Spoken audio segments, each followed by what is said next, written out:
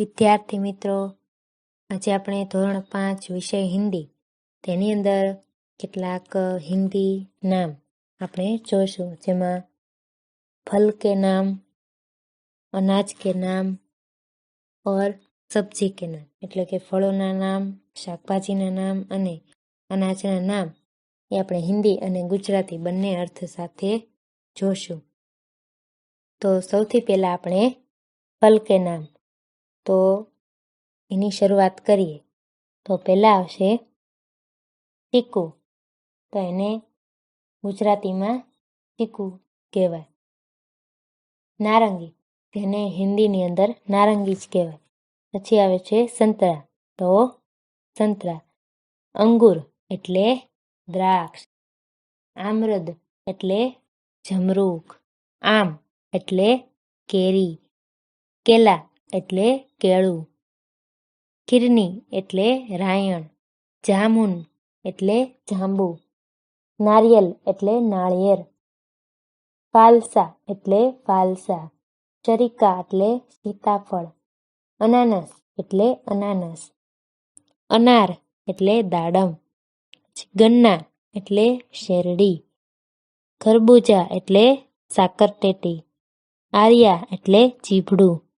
ને તરબૂચ એટલે તરબૂચ. તો આ હતા ફળોના નામ, જેને હિન્દીમાં આપણે ફલ કે નામ એવી રીતે બોલી શકીએ. આ ફળોના નામ યાદ રાખવાના છે. હવે આવે છે એ અનાજ કે નામ, એટલે કે વિવિધ અનાજના નામ. તો કે ઉડદ એટલે અડદ. જવાર એટલે જુવાર. ચાવલ એટલે ચોખા.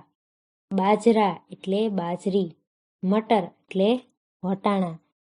અરહર એટલે તુવેર. ચના એટલે ચણા. મક્કા એટલે મકાઈ. મૂંગ એટલે મગ.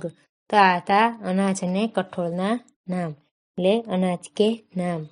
હવે આપણે જોઈશું શાકભાજીના નામ, એટલે કે સબ્જી કે નામ. હિન્દીમાં શાકભાજીને સબ્જી કહેવાય.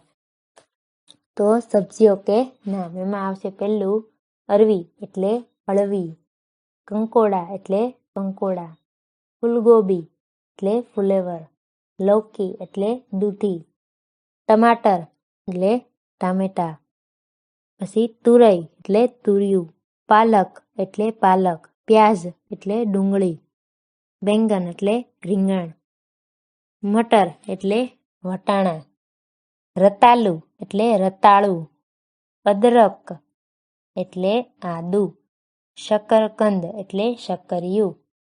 જમીકંદ એટલે સુરણ અથવા સુરન પણ હિન્દીમાં કહેવાય. પછી કરેલા એટલે કારેલા. પછી કદ્દુ એટલે પોળું. ગાજર એટલે ગાજર. ગુવારકલી એટલે ગુવાર શીંગ, એટલે આપણે ગુવાર ખાઈએ તે. પછી ચચરીડા એટલે ટીંડોળા. આલુ એટલે બટાકા. પરવલ એટલે પરવળ. પુદીના એટલે પુદીનો. બંદગોબી એટલે કોબીજ. ને ભીંડી એટલે ભીંડો. અને મૂલી એટલે મૂળા. તો આ હતા શાકભાજીના નામ હિન્દી અને ગુજરાતીમાં. ને એને હિન્દીમાં સબ્જી કે નામ કહેવાય.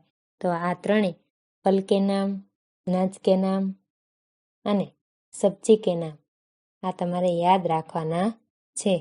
અને ખાસ એના અર્થ અને હિન્દીમાં કેવી રીતે બોલાય તે સારી રીતે સમજી અને યાદ રાખવાનું છે.